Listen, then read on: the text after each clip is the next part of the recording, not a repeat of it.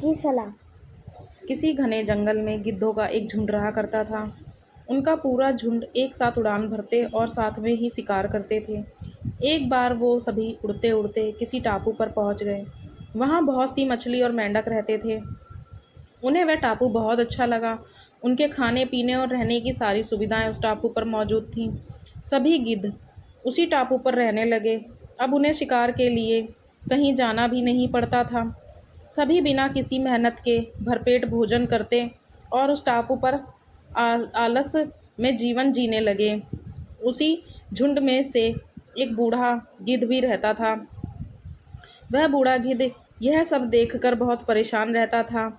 उसे अपने साथियों की आलस भरी दशा देखकर चिंता होने लगी।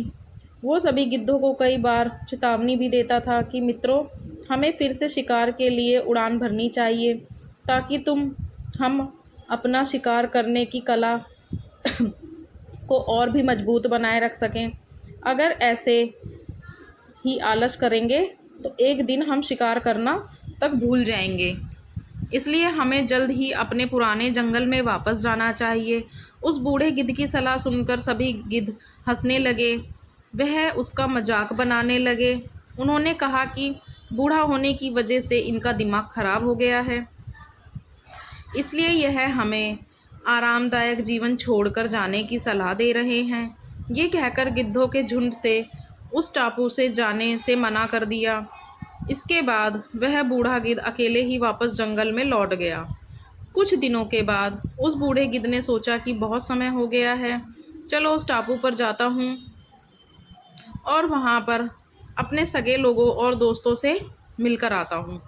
वह बूढ़ा गिद्ध जैसे ही उस टापू पर पहुँचा, वहाँ की हालत देखकर वह हैरान रह गया। वहाँ का दृश्य बहुत भयावह था। उस टापू पर मौजूद सभी गिद्ध मर गए थे। वहाँ पर सिर्फ उनकी लाशें ही पड़ी थीं। तभी उसे कोने में एक घायल गिद्ध दिखाई दिया। वह उसके पास गया और वहाँ की हालत के बारे में पूछा। उसने बताया कि कुछ दिन पहले इस टापू पर चीतों का झुंड आया था, जिन्होंने उन पर हमला कर दिया और सबको मार दिया। हम लोग बहुत समय से ऊंचा उड़े नहीं थे, तो हम अपनी जान नहीं बचा सके। हमारे पंजों में उनसे मुकाबला करने की क्षमता भी कम हो गई थी। उस घायल गिद्ध की बात सुनकर बूढ़े गिद्ध को बहुत दुख हुआ। उसके मरने के बाद बूढ़ा गिद्ध वापस से अपने जंगल में वापस चला गया। तो दोस्तों, हमें इस कहानी से यही शिक्षा मिलती है, हमें हर हाल में अपनी शक्ति और अधिकारों की रक्षा करनी चाहिए। अगर आलस की वजह से अपना कर्तव्य करना छोड़ देंगे तो भविष्य में ये हमारे लिए घातक हो सकता है। दोस्तों, अगर कहानी पसंद आई हो तो please like, share and subscribe करें।